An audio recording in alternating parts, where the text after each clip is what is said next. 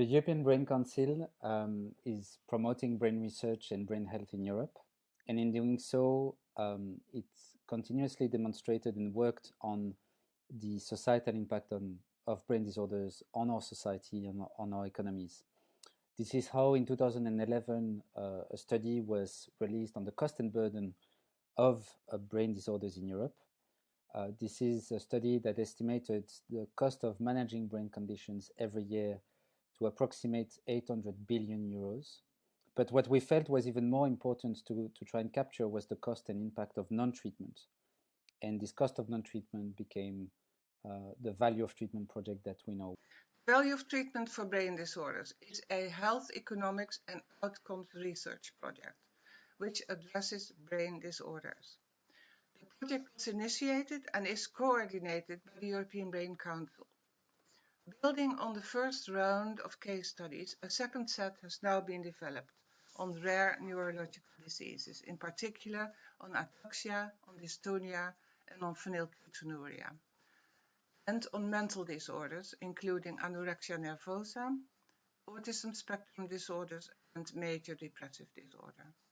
Before VOT started, decision makers, politicians, and healthcare providers argued on the costs of disease, of diagnosis, of care, of therapy. This means they analyzed what amount of money was spent in the health system.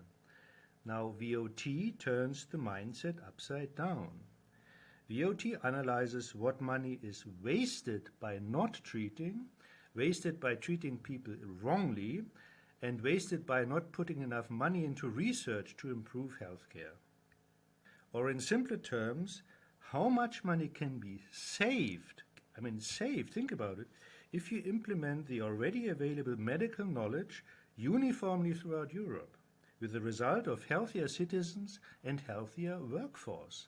In terms of rare brain disorders and brain disorders generally, there is a potential huge costs in terms of the treatment costs, both faced by the health service and also by patients and families, and there's potential for capacity to benefit. And I think the economic analyses are quite important, and I think previously often been overlooked. UK survey strongly indicated that the specialist centres provide a better care and management for patients with very complex and rare diseases. And the management and the care plan organized by the specialist centres then can get roll out in primary care. The synthesis of all our results will somehow that we should to improve research. Possibly we could improve prodromal diagnosis, intervention, integrated care planning, and as a solution to address value of and based healthcare in Europe and to access the best treatment available all around the Europe. The inclusion of case studies on phenylketonuria or PKU, an inborn error of metabolism, is timely in light of the introduction of novel therapies, including an oral pharmacologic chaperone and recombinant enzyme formulation beyond just dietary manipulation. And it is through examination of outcome and the health economics of patient care for individuals with PKU that our engagement with VOT2 project under EBC, or the European Brain Council, gives us reason to be optimistic that our patients' voices will be heard on this occasion.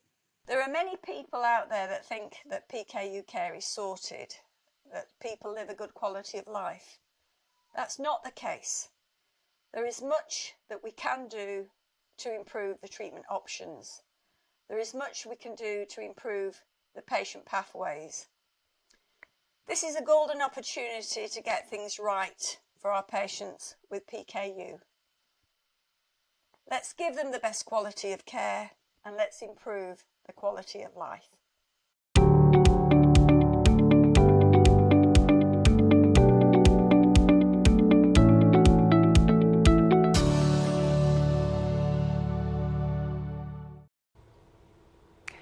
good afternoon and good morning for those of you who are logging in from a different time zone. On behalf of the European Brain Council and all the value of treatment experts and partners, I would like to welcome you. Thank you for being here with us today. I am very pleased to welcome you to the value of treatment for brain disorders, case studies on rare diseases and mental disorders synthesis meeting. Today you are over 100 stakeholders to join us from different countries. As mentioned in the video before, the Value of Treatment Health Economics and Outcome Research project was conceptualized in 2015 by the European Brain Council, addressing the burden of brain disorders. A first analysis of 9 neurological mental disorders was conducted and presented in 2017. In 2019, in the continuity of the conclusions and in order for the research to dig deeper into the treatment gaps, a second round of new therapeutic areas was launched, focused on rare diseases and mental disorders. Over the next 4.5 hours, ladies and gentlemen, we welcome experts from the case study working groups to present the preliminary results of their research, looking at potential recommendations to optimize patient care pathways and rationalize costs from a societal and healthcare perspective. I'm sure that you're all eager, so let's go on. Please don't forget that this is an interactive meeting and we'd like to hear from you. Introduce yourselves in the chat box or send your questions for our speakers through the interactivity tab on the right-hand side of your screen next to the virtual stage. At this stage, I would like to welcome the chair of today's meeting, EBC Treasurer and President of the European Federation of Neurological Associations, Ms. Joke Jaarsma. Thank you so much, and good afternoon or good morning to everybody. I am very pleased to welcome you on behalf of the European Brain Council to today's meeting on the value of treatment, round 2. As you have heard in the introduction already, this major research project was started in 2015, resulting in a policy white paper in 2017. And in the meantime, all papers, all case studies in the first round have been published in the respective scientific journals. So today, the European Brain Council, together with its members and the experts who are participating in this VOT research project, will present a synthesis of the results so far from the various case studies in this second set of studies. Today's meeting will have as its objectives that we will discuss the preliminary findings of the care pathway analysis and the economic evaluation of the 6 case studies that are part of VOT2. These are ataxia, dystonia, and phenylketonuria, PKU, as one group, and then anorexia nervosa, autism spectrum disorder, and major depressive disorder on the other side. We will see that all share similar challenges: delayed diagnosis, barriers to access to specialized care, treatment options, and importantly also psychosocial burden, which in many cases affects the most productive part of a patient's life. And then we will look at the most critical issues and address solutions for both groups from different perspectives: those of policymakers, of innovators, of academia, of industry, of the medical profession, and of course the patient organizations. To allow for all that, we have a very full agenda, and this will make it necessary, and this is a housekeeping message, but here to the time slots that have been allocated to each of our speakers. And this therefore is an urgent request to our speakers to do so. If needed, our timekeeper will give you a warning when time is up. So with this full agenda, let me close this brief introduction, and I wish you a very fruitful meeting and I'm now pleased to hand over to Professor Monica De Luca for today's keynote. Thank you very much.